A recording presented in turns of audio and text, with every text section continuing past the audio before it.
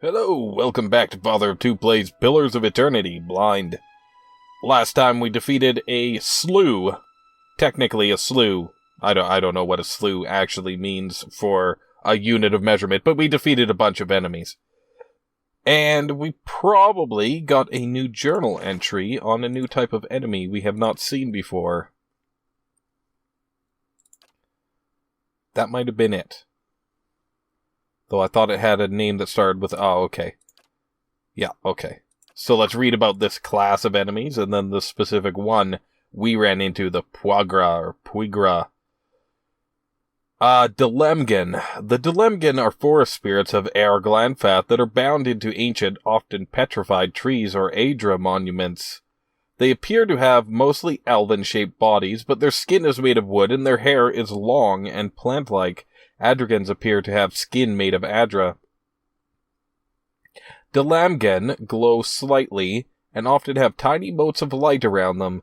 They do not wear clothes but lack sexual organs, and as they only have the overall shape of humanoids. Did I go too far? Lost my place here. Pardon me. Okay. Dilemgen are entirely magical beings and do not use physical weapons to attack. Their attractiveness is used in tandem with their magic, typically to stop attackers or lure them to their deaths. These creatures draw essence from their environments. While they have physical bodies and can be killed if those bodies are destroyed, their survival also depends on the health of their environment. They feel no natural animosity towards other beings, but they will defend their territories fiercely. Thus, Dilemgen and Adraborn, may individually be more or less hostile depending on the well-being of their locale and on whether other explorers or adventurers have in the past proved dangerous or benign. They are a natural roadblock to large-scale development, while rural tribes in Eora often live peacefully alongside them. Expanding or developing cities and towns may find themselves beset by hostile Dilemgen. Some Kith, too, oppose the destruction of Dilemgen habitats. City dwellers generally support the notion, believing that their souls will simply reincarnate in other forests or back into Kith. Dilemgen are traditionally friendly towards rangers and druids. Their spiritual link with trees has led to greater understanding of the link between rangers and their animal companions, though a definitive connection has yet to be made. And this does not look nearly as nice as this. Puagra. Level 6 Primordial. Damage reduction 15, burn and freeze 8. Abilities unknown. The Puagra Rotten Leaf, more typically called Puagra Rotten, is a Dilemgen that has been corrupted by the destruction of their home tree or Adrastone. They are as ugly as Dilemgen are beautiful, spindly and emaciated with cool tones to their skins. Their hair is dead, dark, and slimy, their facial features contorted, and their teeth long and sharp. Unlike Dilemgen, they are not surrounded by motes of light, and they are more than willing to attack unfortunate travelers with their long talons. Puagra decorate themselves with skulls, skins, and feathers of animals they've killed. Just as Dilemgen seek to maintain the health of their forests, Puagra seek to corrupt them, making the two species mortal enemies. The rot that infects them endows their attacks with a ghastly poison, but it also makes their bodies weak and brittle, leaving them vulnerable to piercing and crushing attacks. Since they no longer draw essence from a healthy forest, they must survive by drawing energy and essence out of plants, animals, and Kith. This makes them natural allies with shadows, which feed by similar means and enjoy the benefits of a shared hunt. They are hostile towards all life, but rangers and druids are their most common foes. Interesting. So we fought 2 of them and a bunch of forest trolls. And we did pretty good. We used up quite a few spells. But all in all, I think it went pretty well. I'm very quick to just go off the road. I don't seem to think it's worth stealthing around in open areas. I'm not sure why. Maybe a little bit of impetuousness. Maybe there's a better way to say that. I lack a little patience sometimes. I don't know, I'm a pretty patient person. More patient than most, but sometimes I get the need to move forward too quickly without thinking. And I guess impetuous is a good word for that. Now, don't see anything else so far. Hi, kitty. Oh, what in God's name? I mean, obviously it's a lion, but Jesus. And it's coming at me. It knows we're here. Oh my god. I was not expecting a lion. Let's see if we can knock it down.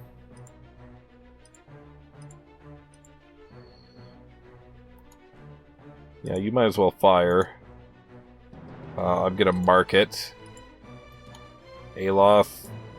Yeah, use this on him. And we'll wait a second with you. Okay. I feel a little bad, poor thing. I'm just gonna attack the crap out of it. Oh, and he's dead. Sorry, lion. Hey. I didn't want to attack you. You attacked me.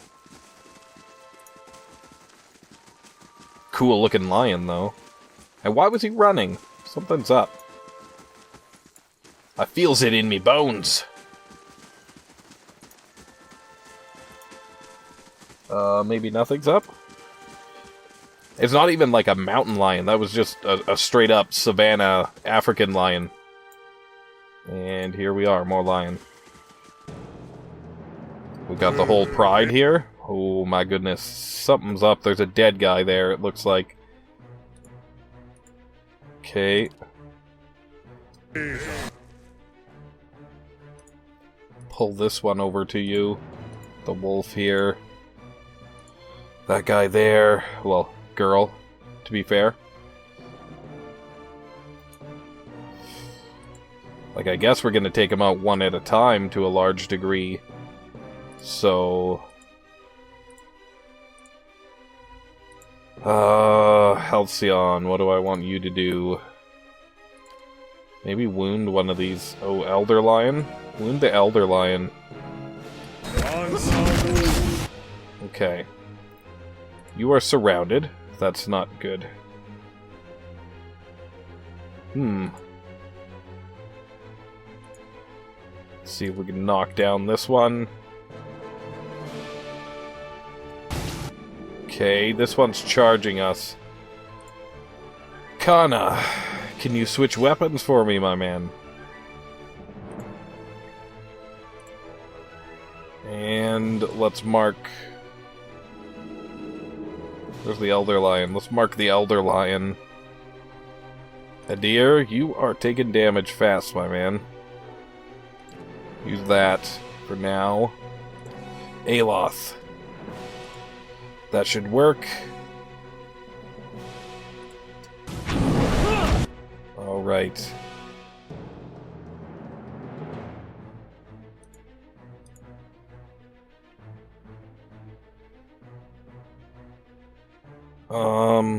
Attack this one. We gotta take this one out right away.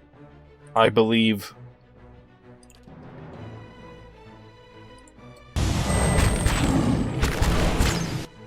Alright, she's definitely got some, wounds to use.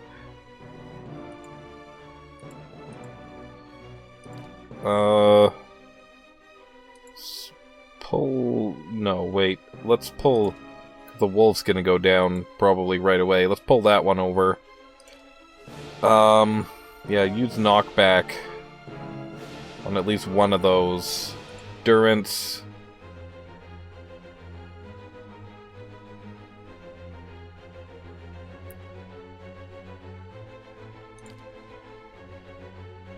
That could be helpful. Hey. Now...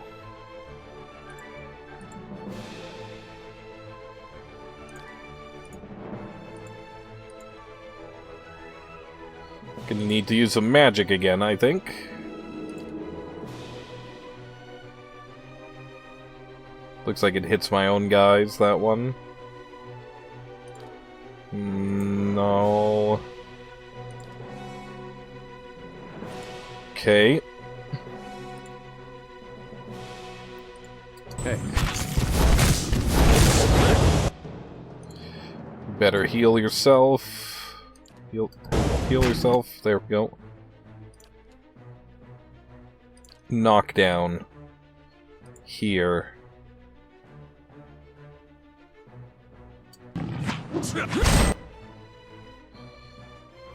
Let's try this again.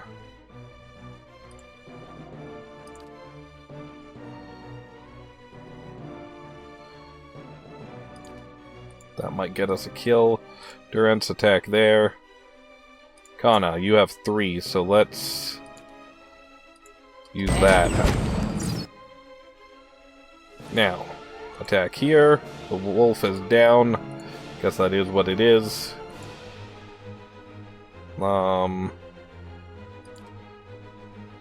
Yeah, try to use that. Okay. Another one down. She's pretty hurt, though. Okay, go take on that one, Kana. Help. Halcyon. Help deal with this last lion. Durance, you could get in there too. And Aloth. Just attack over here. Alrighty. Now, let's continue the same type of onslaught. Wounding strike. Okay, these two could get in here now. Kana, why don't you switch back to your... There we go.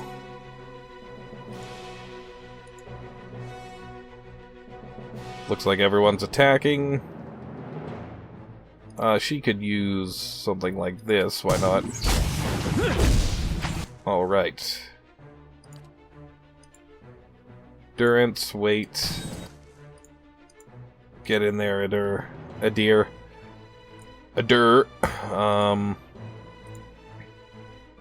Let's mark him. Durance, you could probably attack now.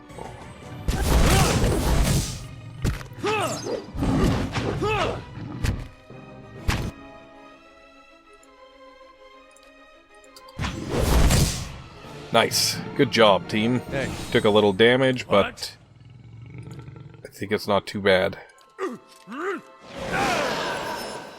Excellent. Elder Lion Fang and Lion Hides. Lions were once a common sight on the plains east and south of Glanthath's Great Forest, but colonization in the Eastern Reach has pushed the great cats back to their relative safety of the territory between Glanfathan and Deerwooden communities. In addition to their great power, lions are known for their roar, a terrifying sound that could strike fear even into the hearts of the bravest kith. Oh, I forgot to pick that stuff up. There we go. A couple more over there. On this end. This end. Hey. Don't know what the hell I'm talking about there. That area over there. Okay, so there's a dead guy here. Probably be a good time to check for traps. Waves are roughly chiseled in the stone. They grasp at Andra's beloved moon like curling fingers. Hello? Hello?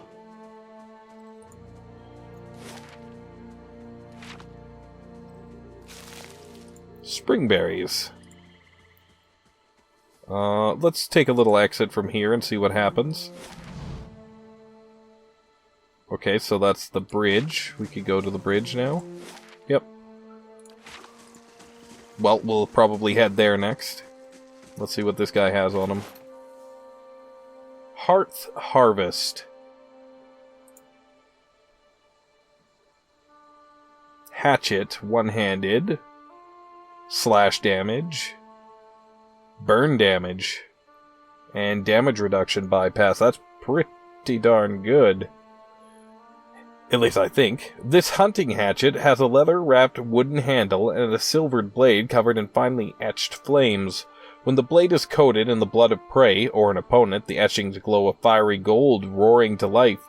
Even at rest, the hatchet smells faintly of smoke and charred flesh. I guess I should look into enchanting. Oh, what was that other thing he had on them? On him that I didn't look at? This looked like a bottle of milk or something. Yeah, maybe it was this. Maybe it was just milk. Alright. Oh, I wonder what that key was for. Let's take a quick look. Oh, I already looked at it. It didn't say anything special about it. That hatchet sounds pretty good. I don't know if I necessarily want it for any of my guys right now, but it does sound awesome. I don't know how the burning damage works, like 25% burning damage? What does that mean? Let's actually look quickly into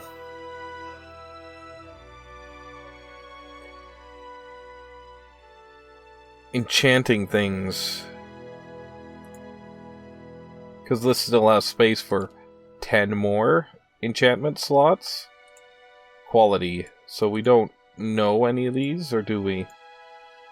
Enchanting requirements not met. I don't know what that means. So we have the materials for these ones, but not... Requires level 1. So do we have to do that in our keep? Is that something we have to level up there? Burning Lash. Oh, see, I can enchant this. And that would add burn to it.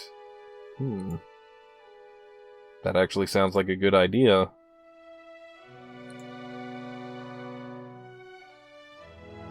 Primordial Spirit. I mean, I'm fighting those right now. I'm gonna do it. I'm gonna add some enchantment. Now, I don't have enough... Oh, okay, maximum enchantments reached? Really? That doesn't seem right. Oh, maybe I can only do one... Oh, I see. Quality, 1 of 1, okay. Secondary damage, 0 of 1. Slaying, 1 of 1, okay. Burning or corrosive? I'm gonna go with corrosive. And now that I know what I'm doing a little bit with that, I think I want to enchant my fine warbow. So it already has a quality. Let's look. We can't do any... Oh, we could do fine. But nothing else. Damaging 1. Or accurate 1. Okay, fair enough. Secondary damage. Burning. Sure. And slaying. Kith?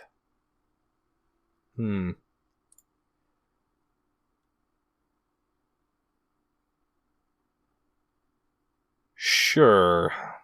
We have lots of the stuff except for these bells. Yeah, let's do it. Okay, cool. I guess I'll do a little more enchanting while I'm at it. What about my armor? Quality, fine. Attribute bonuses. Dexterity. Yes, please.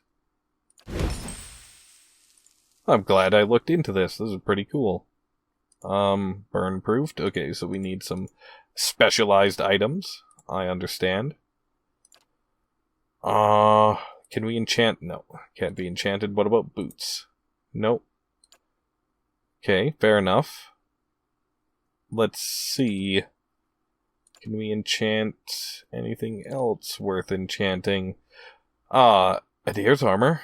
Let's do it. Let's make it fine.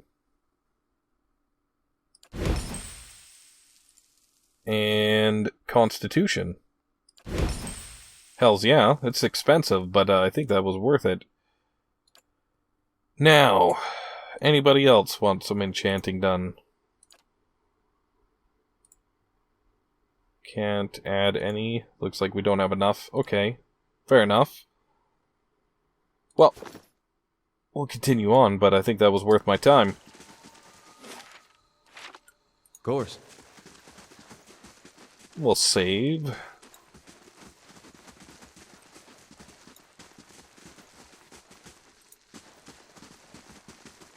Perhaps I should be sneaking again. Hold on. Jelaine Demath. Ah, okay, it's one of these backer stories, I guess. As you near, you feel a vibrant history contained in the essence of this woman's soul. Voices from its past seem to call out to you. Reach out for the soul. You see a group of robed figures sitting next to a fire. This woman, much younger and smaller, sits with them. They are discussing travel and making plans, deciding which road will get them to their destination fastest. A rustling noise catches the attention of several members of the group, and they stand, watching over the fire, straining against the darkness to see. An enormous, shadowy figure makes its way into camp, and the darkness slowly parts against the firelight to reveal who it is. Many members of the group stand, readying weapons. Others quietly invoke their god, preparing spells for battle. The girl looks around confused, when the man sitting next to her stands, holding out his arms. He chastises the others in their group for not showing the proper hospitality to the stranger. The man walks towards the ogre, hand extended, speaking words of welcome in his own tongue.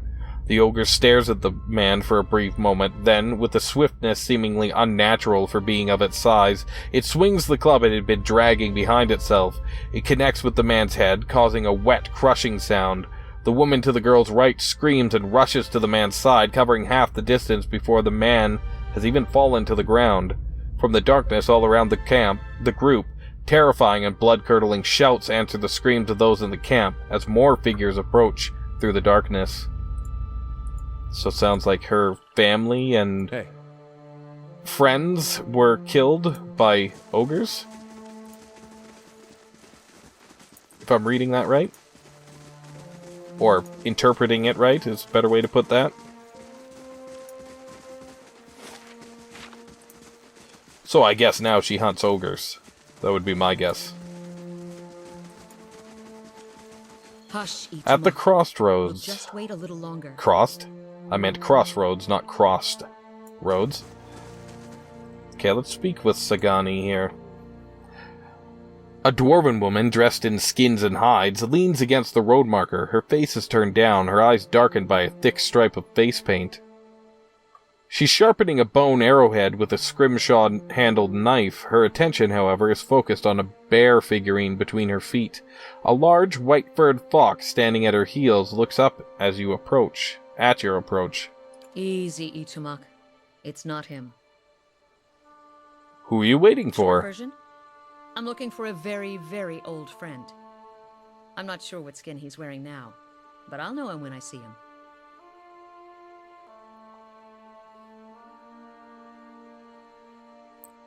Can I help you find him? She stops sharpening her arrowhead and slowly folds her arms. That's an interesting question. The last helpful stranger only succeeded in lightening my purse. I think I'll handle this on my own. Your friend is supposed to meet you here? That's what I heard. Of course, the man who told me so was carrying a staff he claimed was made from dragon bone, but I know whitewood when I see it. That should have been my first clue, but I had to try something. She rolls her eyes and shakes her head.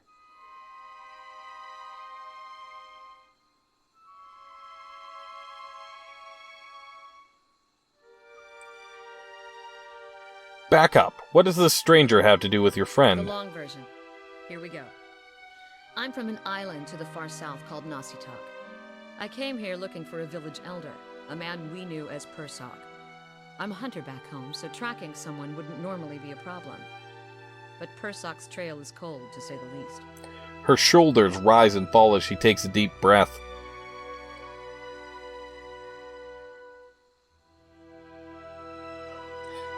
Why can't you find him? There can't be many of your people in the Deerwood. He died when I was still a young girl. Forgot to mention that part, did I? I'm looking for his latest reincarnation, which could be anyone. How long have you been looking for Persog? Her painted brow lowers and her compact, muscular frame sags for just an instant. Instant, I was right. 5 years. So you've been searching 5 years for a stranger you barely remember, who could be anyone. That about sums it up. She gives you a slow, thoughtful nod.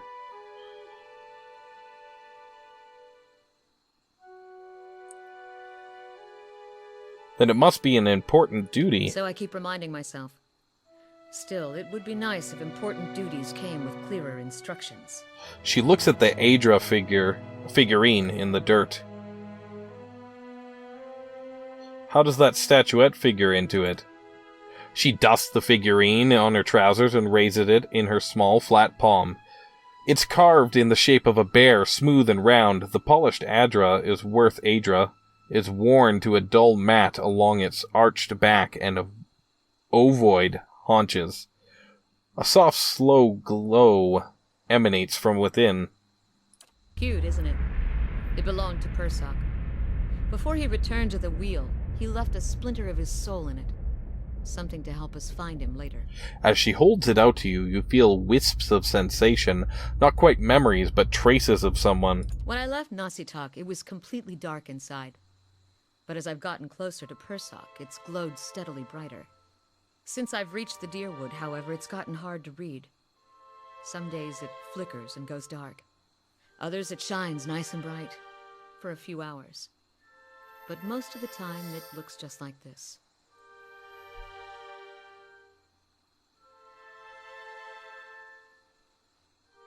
I could take a look at I've it. heard that one before. Whole reason I'm standing here is because some so-called watcher from Forkvale told me he could take a look. For a few golden dukes, of course. Okay, so it is Dukes. She eyes you cautiously. I was on my way out of the Balmarsh when I heard talk of a traveling mystic who could supposedly see souls. I knew it was a long shot, but what did I have to lose? I went to see this fellow and gave him the Audra figurine. He made a big show of moaning and rolling his eyes, and after I'd given him 5 golden dukes to lift the shroud, he told me to seek the crossroads in the field between the wolf's lair and the twining trees. Go on. He thought he was being vague, but I know the area well enough to recognize that he meant this place, right between Defiance Bay and Twin Elms. I had a bad taste in my mouth, but my coin was spent and I'd already left an arrow in his knapsack as a friendly warning. Told him I'd come back and leave him with another if it turned out he was giving me the runaround. I've been here a week now. Guess he had the last laugh after all. May I see the figurine? Why? She looks at the Aedra bear and then back at you, her eyes narrow. I'm a real watcher. You expect me to believe that? After the story I just told you? Yeah, I guess not. But it's true. I mean Fine. it. But if you try to run, just remember that my arrows are faster. She hands you the figurine, her chapped knuckles grazing your hand. She watches you examine it, wary but curious. You raise the Aedra bear, turning it in the light. As your eyes catch a tiny, glinting scratch, the scenery around you melts away. You're standing on a cliff overlooking the water, seeing through eyes that aren't your own. You catch a musk of beasts amidst the fresh scent of vegetation, and your heart beats a little faster. You'll have to watch your step up here. You look down just long enough to see the sharp, pale cliffs drop into the water hundreds of feet below you.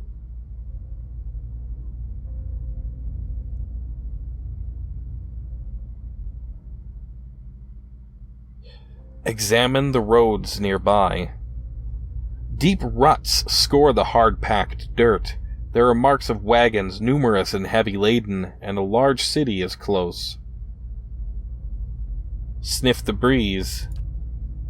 Breathing deeply, you smell salt in the air. Wherever you're standing, wherever Persok is standing, must be near the ocean, not a lake. I see a vision of cliffs high over the water. Does that sound familiar? Your question is greeted with shrugs and silence. I've got it. He's standing on a cliff. What just happened? She looks at the Aedra bear herself, turning it a few times. She looks back at you. I told you. I'm a watcher. She blinks at you a few times, calculating. I know this sounds strange, but it's the truth. You realize I've got no coin to give you, even if I did believe you.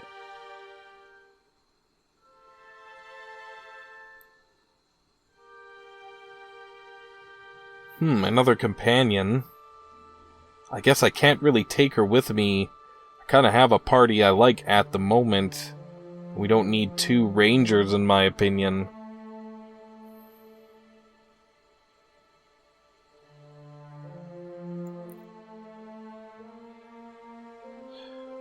Take the information or leave it, but good luck to you either way. Good hunting to you.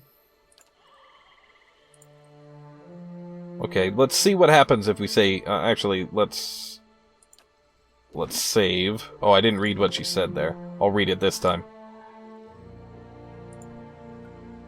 Back again, she turns the bear figurine in her hands. Whatever you're looking for, I hope you're having better luck than me.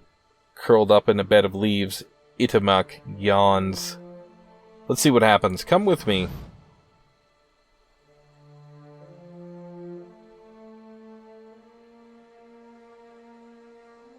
Okay, so...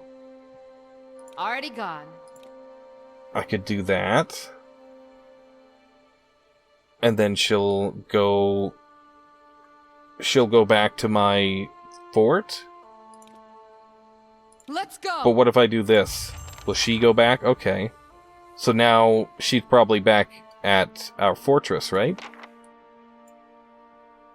And we could choose to do her quest later? Perhaps? The Long Hunt. Sagani, a dwarf from the southern island of Nasatik, has come to the Deerwood searching for the reincarnation of Persok, an elder from her village. She's been journeying for 5 years now. The other villagers gave her Persok's Adra figurine, which contains a piece of his soul. She's been using it to track him, but it's gotten harder to pinpoint his location as she's gotten closer. When she learned that I'm a watcher, she asked for my help.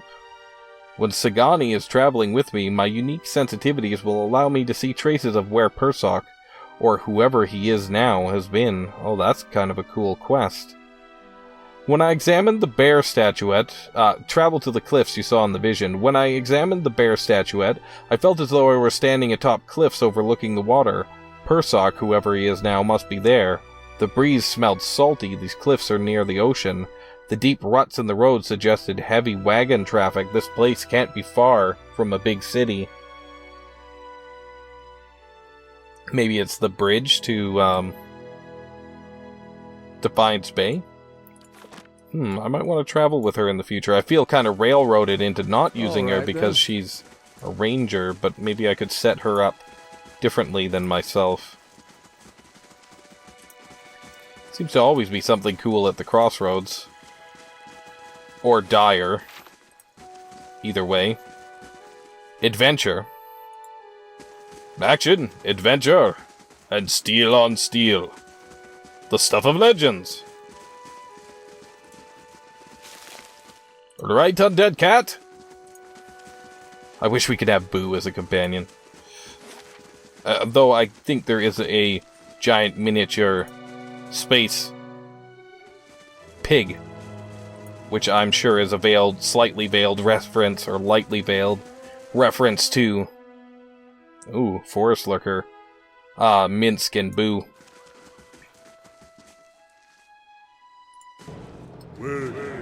Okay, just one, that's not such a big deal. We can deal with that.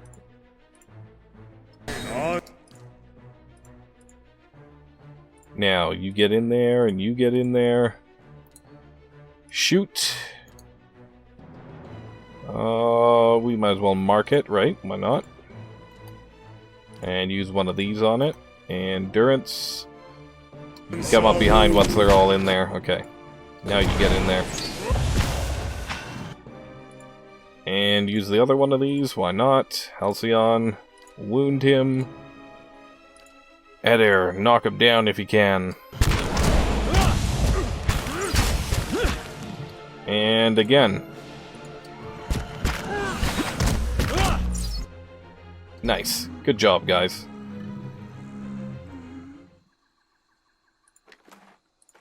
Okay. Hey. Up we go. It's a dead man up here, or woman. I'm not sexist. Anyone could be dead. Let's see. Hide armor and golden obol. Obol? A rare coin even in the Balian republics, the golden obol, double, is a large gold coin. It is mostly used by the extremely wealthy.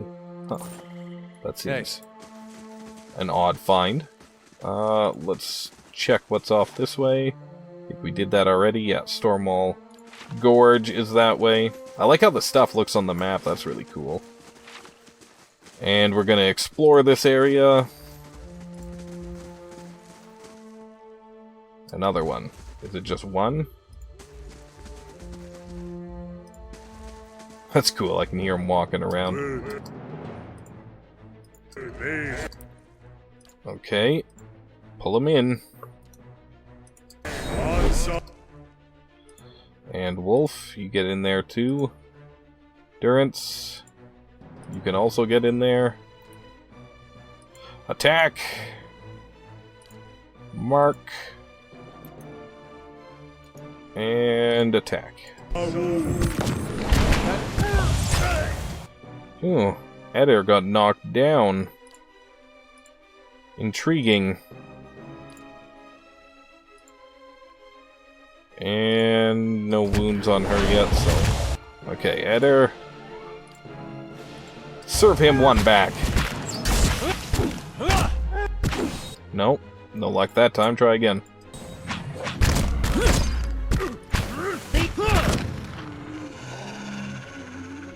Alright.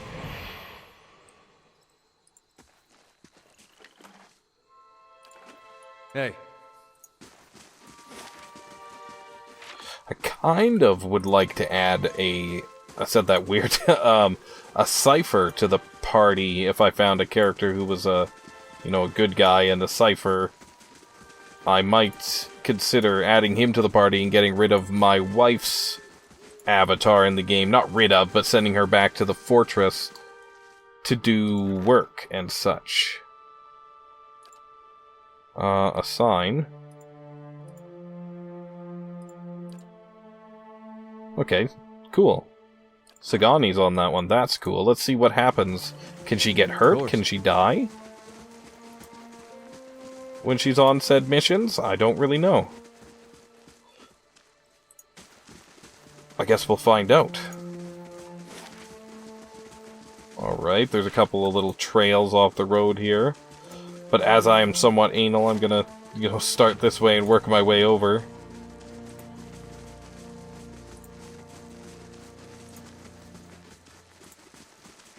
Go deep into the forest as it'll let us. Oh, we got another lurker. We want to stop Durance from going all the way in right away. Why don't you pull him over to you?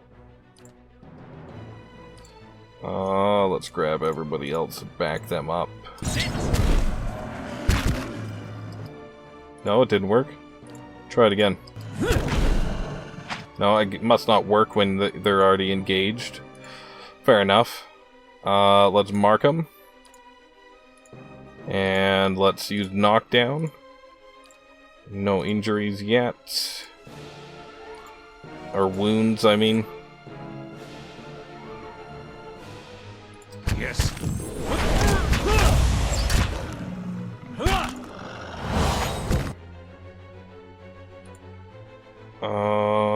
Cool, we have enough. Let's summon some skeletons.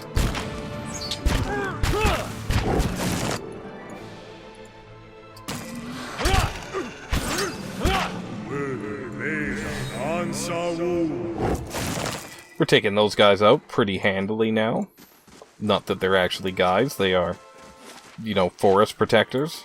Did we read about them? Maybe they're the first ones we've actually defeated. Now that I think about it. Lurker. Yeah, I don't think I read about these. Let's take a look now. Lurkers are actually comprised of a colony of several different species of parasitic, carnivorous plants and fungi working together to hunt common prey. As a whole, they stand nearly 10 feet tall in a vaguely anthropomorphic body comprised of vines, leaves, roots, and earth. The coexistence of so many separate organisms can make them hard to eradicate, and it is usually best to sever the parts that enable locomotion or to simply light the entire colony on fire. While the means by which lurkers form remains a bit of a mystery, some speculate that they form when certain species of flesh-eating plants come together on a common host, such as the hollowed victims of dank spores, and achieve locomotion once sufficiently strong. This theory is supported by the fact that many lurkers, when cut open, contain bones and other remains riddled with roots and spores. Lurkers are notorious for hiding in plain sight, often waiting motionless amongst the trees and underbrush to ambush their prey. They appear to hold a rudimentary intelligence and are at least sophisticated enough to store food. It is not uncommon to see several unconscious victims tangled in a lurker's vines, being saved for later feeding. Gross. So we read that is exactly what we read about them already. Okay, yeah, I don't think we read about that, because I don't remember knowing that they were made up of a whole bunch of other organisms. That's gross and cool. Alright then. Like, it's cool from a completely objective perspective, where I don't have to ever run into them in my life, but if they lived in the world I was in, I would not think they were so cool, and would probably seek their death at any given opportunity. Keeping an eye out. Durance has a ton of hit points. Wine dregs swirl around the bottom of the clay jar. Sure.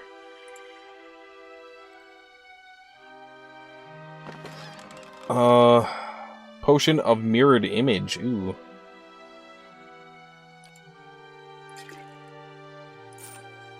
That seems like it might be good for him in the future.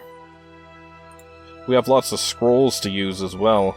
Oh, I don't think we need to be sneaking necessarily anymore. Oh, and I could speed things up. Right. I totally forget about that. Could use fast mode to explore around a bit. There's something to check. Springberries. Well, now that I know those are for enchantments and such, that's actually really handy. Yeah, I forget about fast and slow mode. That's a cool addition to this game that I don't think was in Baldur's Gate, unless I never realized it, and I wish I had of if it was in there. Oh, that's my timer, though. Well, there's some type of farmhouse or something here. Well, I guess we'll find out next time. So until then, if you enjoyed it, please leave me a like, subscribe if you want to see more, and leave me a comment. Let me know what you thought. This is FatherofTwo, signing off.